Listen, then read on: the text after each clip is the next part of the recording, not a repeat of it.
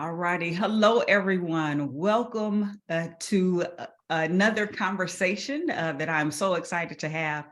I am PAEA President Kara Caruthers, and this month we are celebrating National Native American Heritage Month. And as has been our tradition all year, just want to share a little bit of history about why this month was designated for celebration throughout our country. So as early as 1916, the state of New York is acknowledged as one of the first states to declare American Indian Day, to acknowledge the many contributions and achievements of Native people.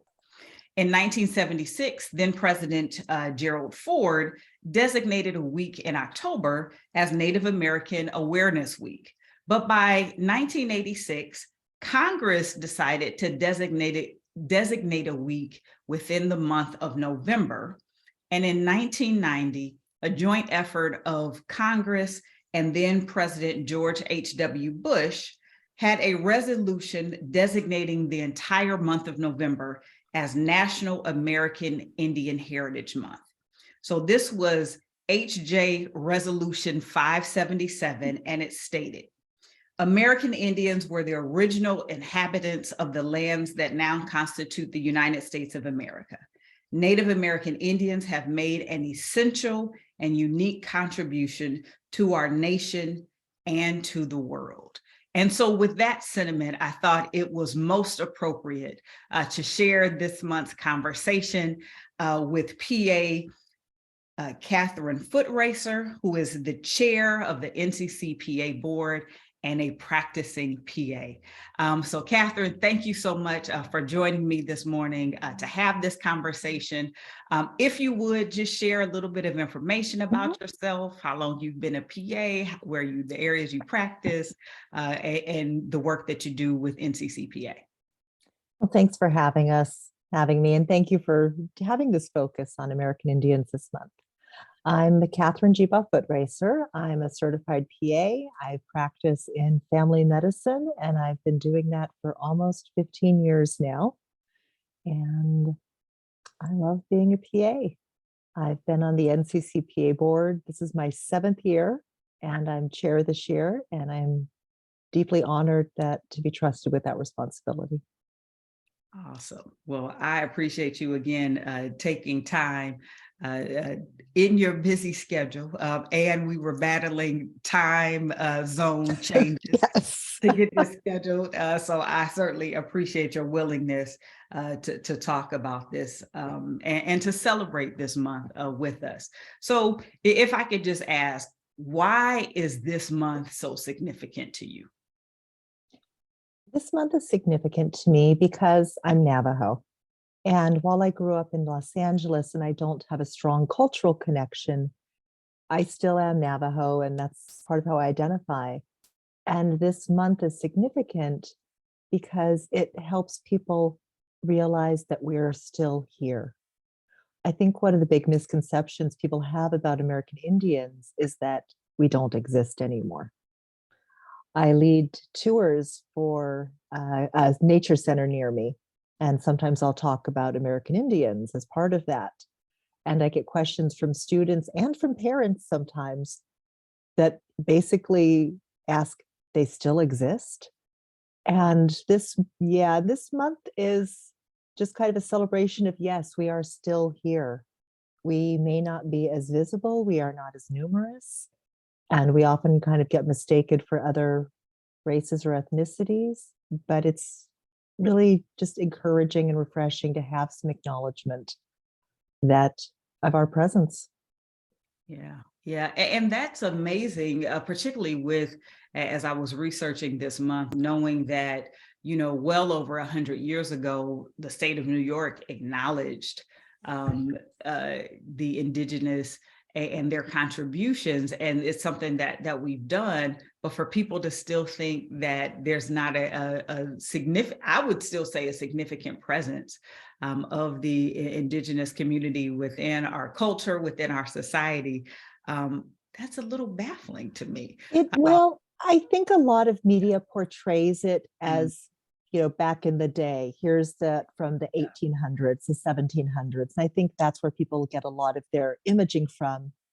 And because they don't see us riding on horses through the town, they don't recognize that, no, we are still here. We're just on our bicycles going through town. Yes, yes. Well, So. and I think maybe this is a good segue to maybe talk about like some of the common misconceptions. Now, I do, as I always do when we have these conversations, I think it's important for people to realize that currently the U.S. government recognizes just over 520 different indigenous tribes.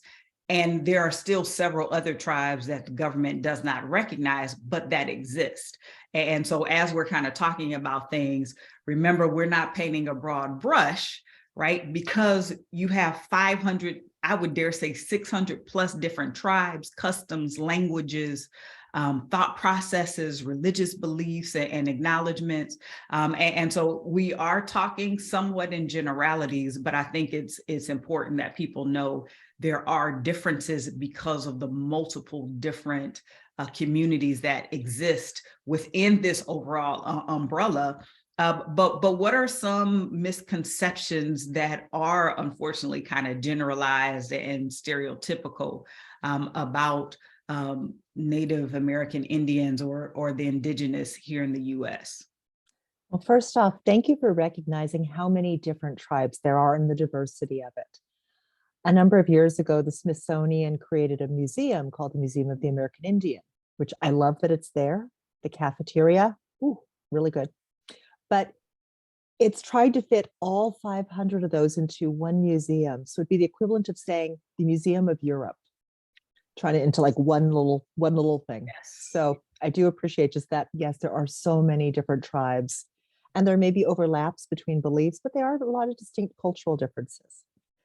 So I think one big misconception is just how many of us there are. US population census is about 1.3%. So not large, but definitely there. And we are not that 1% that everybody talks about on Occupy Wall Street, though. So one other misconception is also that we all live on reservations. Yes. Approximately half the Navajo population does live on the reservation, but overall, only about 13% of American Indians live on reservations, which means that the rest of us are not. So I live in Los Angeles in a suburb, and that's where I grew up. So. Yeah. Yeah. And I think that's, part of the misconception and to your point, some of the lore of, oh, they're still around because we do have this thought that the indigenous all live on reservations and they're isolated from community when they're suburban, they're urban, they're other rural towns, and they're spread throughout the country the same way the rest of us are. Yep. So exactly. We're kind of yes. all areas, all professions, rural, urban, suburb. Absolutely. So. Absolutely. So I guess in thinking about some other misconceptions, are there things that you have encountered, you've heard, you maybe even heard in your training from a medical perspective that again perpetuate some of the stereotypes and misconceptions of this community? I think one misperception is that we are all earth-based, spiritual, soft-spoken, and quiet and shy. And Ms. Kara knows me and knows that I'm an overly direct communicator. But that's one misconception we get a lot. Yes. So, yeah. And I think to the point about being earthy and spiritual and using herbs all of the time for what ails you, I do think that has been some of the stereotypes when we talk about different communities and we should approach when talking about medicine. And I think we for sure have to be careful as both clinicians and PA educators in perpetuating those myths to our students. because what the students need to know is you might catch the wrong one on the wrong day with some of those misconceptions, and then you impede the ability to connect with your patient. And again, if we are seeing the patient as whole, and we see and we're teaching our students how to partner with patients, the best way to partner with the patient is to ask them, well, what is your belief system? So again, going back to our social history, what's your belief system? What are the foods you eat? What are the things that you value? What's your religious beliefs? What's your family dynamics? Like, those are things and how you partner, and it shouldn't matter how someone identifies ethnically, racially, religiously, what have you. We should be able to connect to that. And that is something that I have had to learn throughout the years in practice and in teaching to really arrest, some of those stereotypical thinking. I think the other thing that many years ago, I was taught when I first came into medicine, was this misconception that Native peoples have a higher propensity to alcoholism. And that was something that I had to disengage from, because that was something that was perpetuated and pushed to me very early on. Again, as I entered medicine years ago, thankfully that was not perpetuated as a PA student, but there's still kind of that misconception and that thought process. Any thoughts on that? Any additional input kind of on some of that thought process? There are conditions that we do tend to suffer from at higher rates, but these are also conditions that are linked to poverty. And American Indians do live in much higher levels of poverty than the overall US. The US poverty rate overall is around 11 to 12%. And American Indians, it's anywhere from 20 to 30. So it's 2 to 3 times the level of the average population. And I believe that that socioeconomic status is a much bigger driver of medical conditions and medical problems of mortality than the fact that we're Indian. So I think it's keeping that in mind when students and PAs and other clinicians are interacting, is really looking at the person, not just the race and the skin. Absolutely. And I think that segues nicely into one of the forum speakers, Daniel Dawes, and the political determinants of health. He was talking about some of those, social determinants of health. Those are really the drivers, and zip code are the drivers of people's health outcomes and some of the adverse health effects that they have and they encounter. And I think, yeah, your point is very well taken. It is the poverty. And again, I'll dare say that's not accidental. Some of that is by design. If you're relegated to certain neighborhoods, to certain areas, and there's not investment, there's not stable housing, there's food, I'm gonna say food apartheid, right? So you don't have access to fresh fruits and vegetables and healthier foods. Then what recourse do you have? You don't have adequate education opportunities and job opportunities. Those things for certain lend to some of the disparities and conditions that some of our fellow Americans find themselves in. Exactly. I mean, one really good example of this is the Navajo Reservation. It's in the Arizona, New Mexico kind of region, and it's roughly the size of West Virginia, just to give a ballpark. The unemployment rate on the reservation, when I last checked the statistics, was 42%. Yeah, really, really high, which means people either have the choice of living where their family is from and very, very much risking poverty, or else having to go off the reservation to get work to survive. And what the other problems there too are that there are 13 grocery stores on the reservation. And if you can imagine having 13 13 reservation. If you had 13 supermarkets in West Virginia, there would be outcry, there would be Wow. calls for more. And that is an extreme example of what kind of food deserts, food apartheid are, is having that. And Yeah. when you have those situations, getting groceries is not an hour and a half kind of round trip thing. It's about a 3 to 4 hour because you have to go that far to get there. And that limits how often you can go. And if you're not going frequently, you're less likely to buy a huge amount of perishable fresh fruits and vegetables because they may not last the 2 or 3 weeks that you're going to be going there. So you may eat healthily at the first part of that trip and then Yeah. dwindles off. And the Navajo Reservation also has a lot of areas where there's still no electricity or running water. So about a third of households are missing either running water or electricity on the reservation, which again really impedes what you can eat and also how you can store medicine. If you're Right. on diabetes, how do Yeah. you store insulin if Yeah. you don't have a fridge? So it Right. just kind of, how do you do hand washing? How do you get information from the media? How do you call for assistance if you're in an area that has no cell phone coverage? So it really impairs a lot of healthcare in ways that we're not used to thinking about in a more urban, suburban environment, or even like a rural town. Right. Right. So just in sharing that information, specifically about the Navajo Nation, I did not realize that it was as large as West Virginia. And to know they only have 13 grocery stores just blows my mind. I shouldn't be surprised, but I yet am. Because to your point, if that was going on in a state, we would be enraged and advocate and voice and be petitioning for that inequity.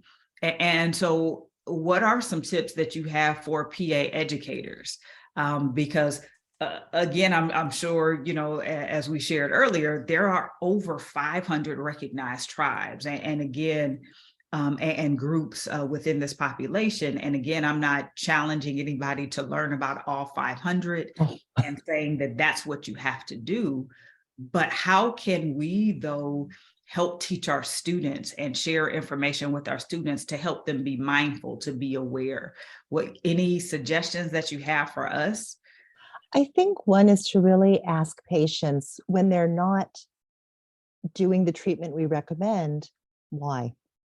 And not making the assumption that it's because they don't care or that they don't understand, but just really asking what barriers are going on and recognizing it. I mean, on the Navajo reservation, that is a very extreme example, and everybody who's working on there is aware of that.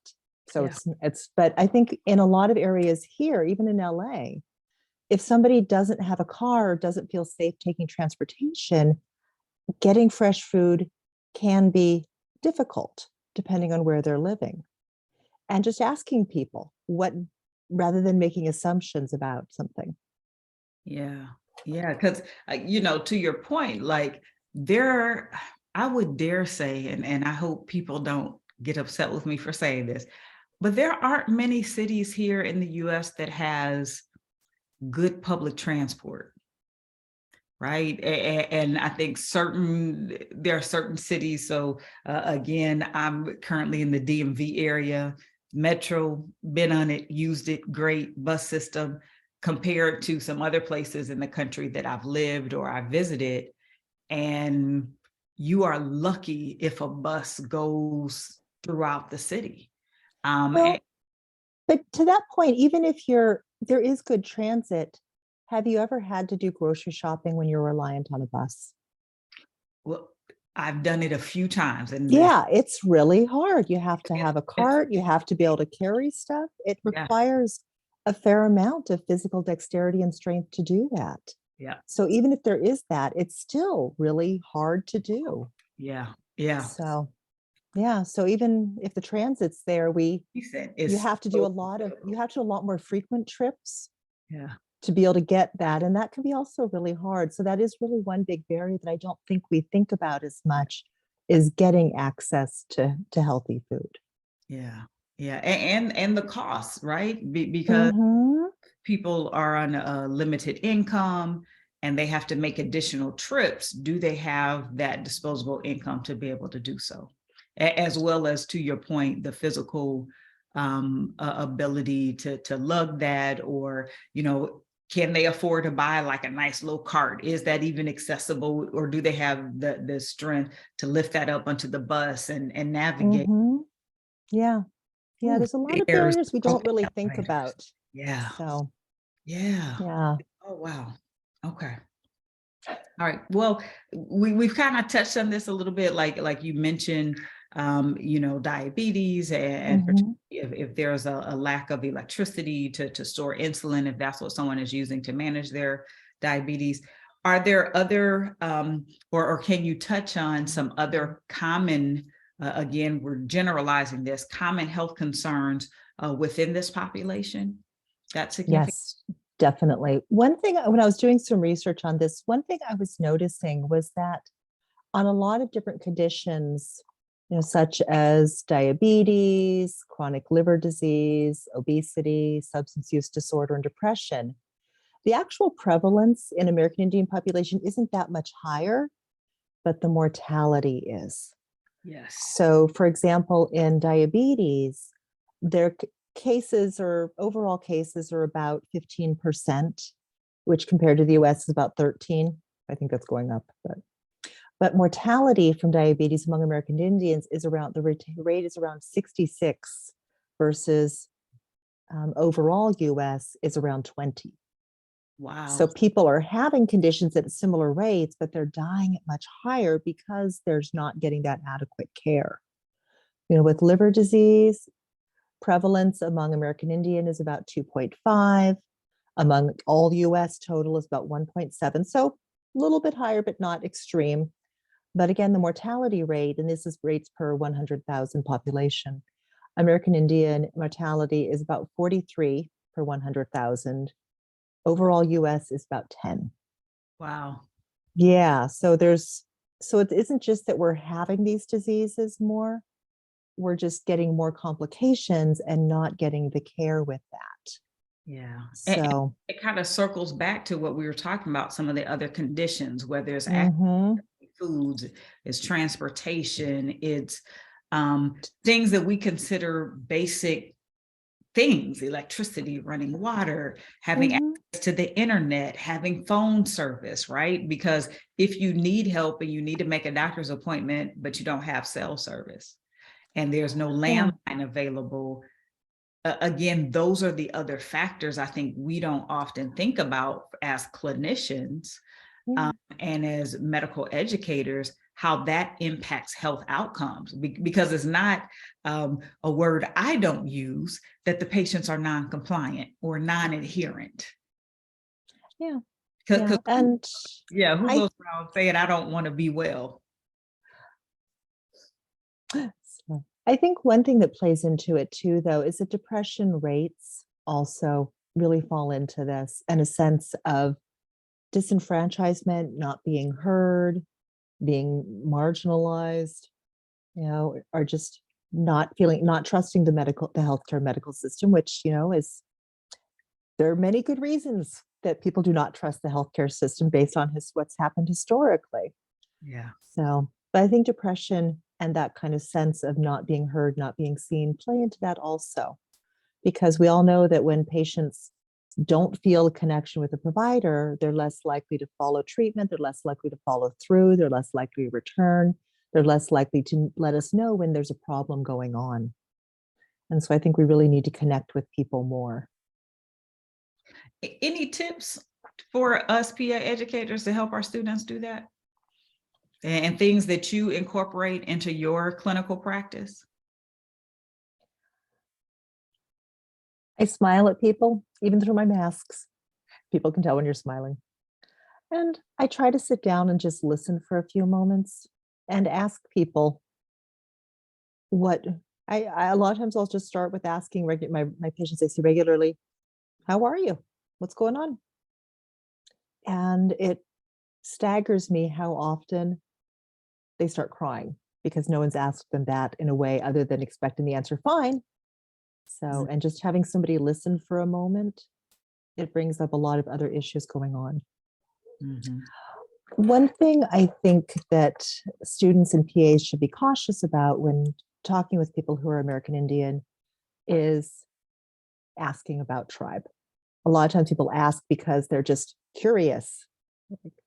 And once you start just asking questions just because you're curious, it takes the focus off me as a person and puts me more as this, oh, I am an Indian. We're going to ask about Indian stuff now. And it just kind of minimizes who the person is and makes it more abstract and romanticizes it a bit.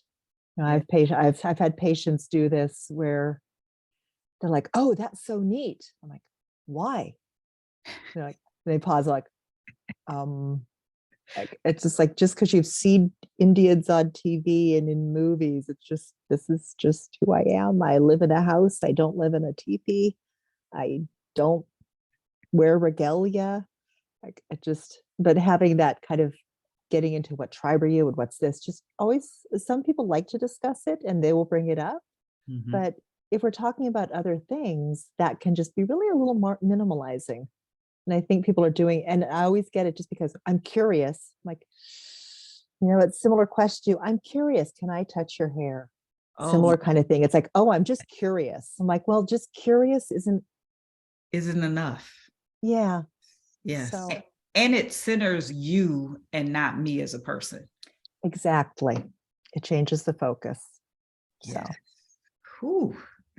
I think that is significant. And I think it goes back to how we should be teaching our students how to engage with any patient, right? exactly. Our patients are coming to us because they need our expertise and they need our assistance, but we should provide the assistance in a way that's comfortable for them. Right. And even though, yes, we have to get a social history and we have to establish an understanding of a patient's belief system and, you know, see, you know, are there some things I can help you with, help you understand, what have you. But we also have to acknowledge that some of this comes with time. And that relationship building, and how do you just be open and accepting of a patient so that they do feel comfortable, that they can reveal things to you and things come up. Yeah, and that we don't just feel like a curiosity, Yes. something in a museum. Yes. I think one thing too to kind of also recognize is that all these generalities are generalities and they're not the person in front of you. Now, I was diagnosed with diabetes at age 39, and we all assumed it was type 2 because 39, 4-year-old Indian woman. Okay.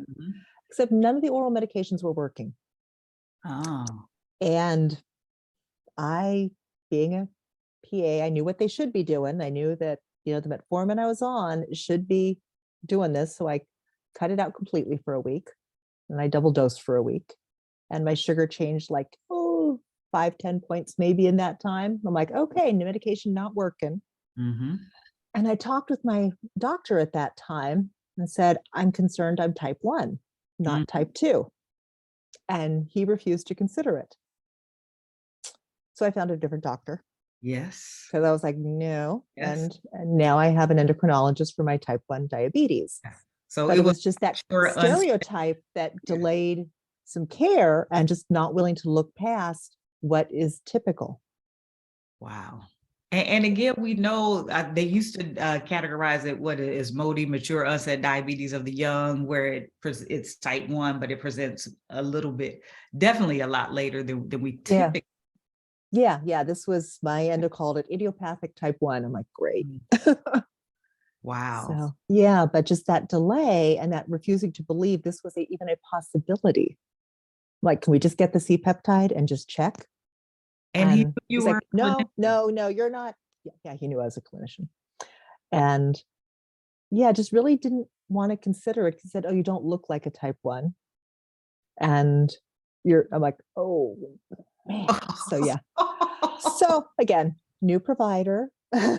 Yes, we like that for you. Yeah, but I think that's something we just want to avoid, is letting generalities dictate what's happening with the patient who's in front of us. And we talk a lot about evidence-based medicine, and the evidence was that the oral meds weren't working. That was the Mhm. evidence.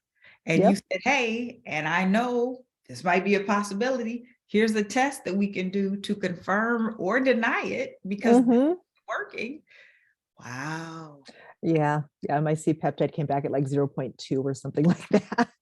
So, Hmm. Yeah, yeah, and yeah, yeah. So your body was not making any insulin, so the metformin wasn't going to help the patient wasn't going to do anything. secrete anymore because there was none to secrete. How about that?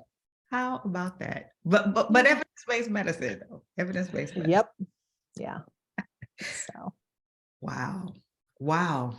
Yeah. And I think that again, to the point, it reinforces we have to be careful of generalities. We mhm. see each individual patient as Yeah. Yeah.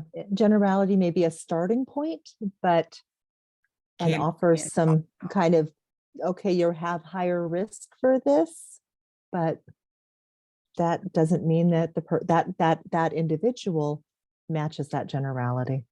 That's absolutely, for all of our patients. absolutely, absolutely. So, Wow. yeah. Well, I will end with this final question. PAEA, during these EEOC months, we highlight doses of data where we talk about the specific group that we're acknowledging during the month. And so the dose of data that was released the other day talked about how in 2018, about 1.5% of matriculating PA students starting programs were Native American, part of indigenous populations. But literally 3 years later, 2021, that number was down to 0.9%. So I know that there is a smaller number of indigenous, Native American, Native Hawaiian, and Alaskan PAs that are in practice. How can we, as a profession, as we are grappling with justice, equity, diversity, and inclusion, being more inclusive, ensuring that our workforce reflects the population of our country, what are some ways we can increase the number of Native American and Indigenous students within our profession? That's something we've been talking about at NCCPA as well.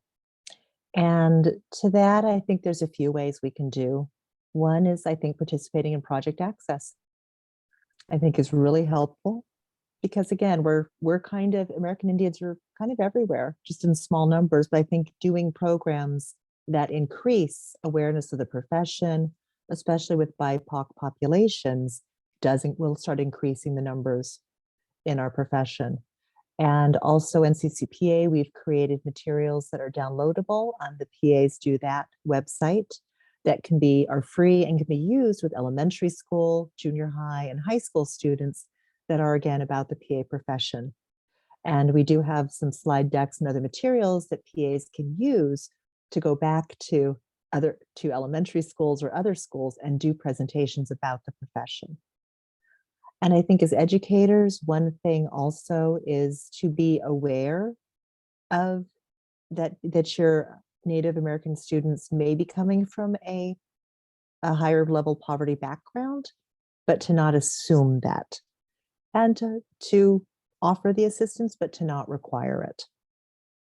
So, Absolutely, absolutely. and I think one thing just in general that we can do as individuals and in the US is to really push for more funding for the Indian Health Service. It is deeply underfunded.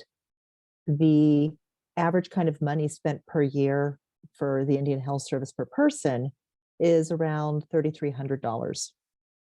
Whereas for Medicare, it's around over 12,000. Right. Yeah. So and Medicaid is around just under 8,000. So we're spending a lot less money on Indian Health Service. And I think that is contributing some to these disparities we're seeing in outcomes, because there's just not enough clinicians, and that's really a big thing. I think there's always around 25% that they're desperately short of all the time on Indian Health Service. And Yeah. part of that is just being able to get people into rural areas, because that's Right. hard. I live in LA, and I've thought about Indian Health Service, but I'm not willing to go that rural. I don't know if I'd be happy doing that. I'm raised in a major city, and that's what I'm accustomed to. Yeah. So I encourage people and students who are from more rural areas to think about that, to not just going back to the town they were at, but to another rural area that may have even greater need than where they're from. Right. And I'm glad you brought up Indian Health Services, because I think another way that as a profession we can advocate is Indian Health Services has had their funding cut significantly and consistently the last 15 to 20 years. Like, there are some Indian Health Service clinics that had been full-time hospitals with inpatient beds, with outpatient clinic services, with emergency medicine, emergency room in it. They were doing surgery. And now there are some clinics that literally 3 days a week, and it operates more as an urgent care. And so again, when we talk about, and as I've said many times throughout this year, the practice of medicine is a political act. We have to advocate for all of our patients. Regardless if we have shared belief systems, shared customs, shared ethnicity with those, that is dire, right? Again, that is how we can lend our voice, how we can advocate to not only our state legislatures, but those who represent us on the national level. The fact that Indian Health Services consistently has been cut, their budget the last 15 to 20 years, should be unacceptable to all of us that practice medicine.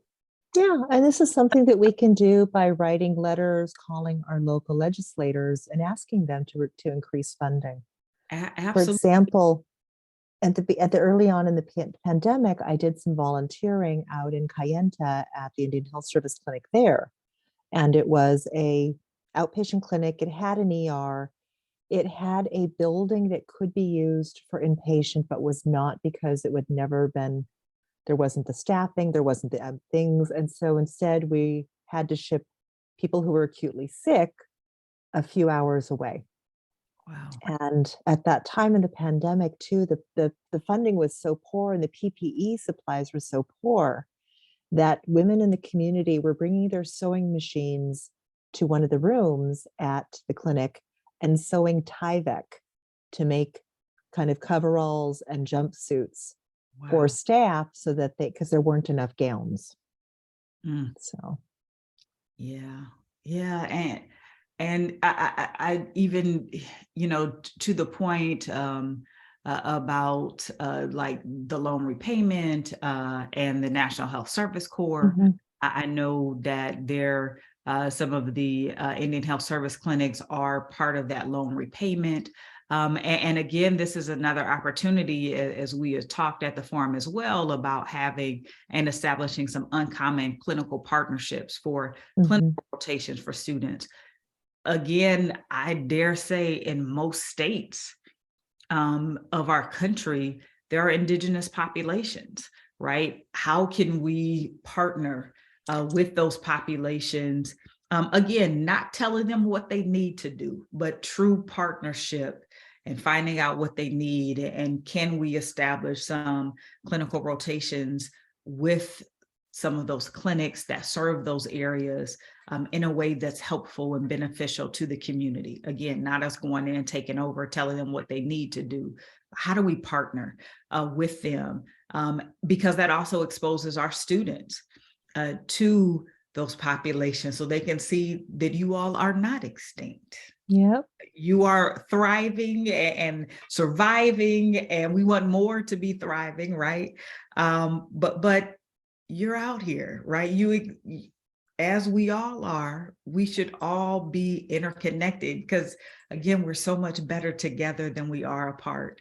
And we can serve one another and uplift one another and truly have wellness. I truly believe that we are all part of this interconnected web.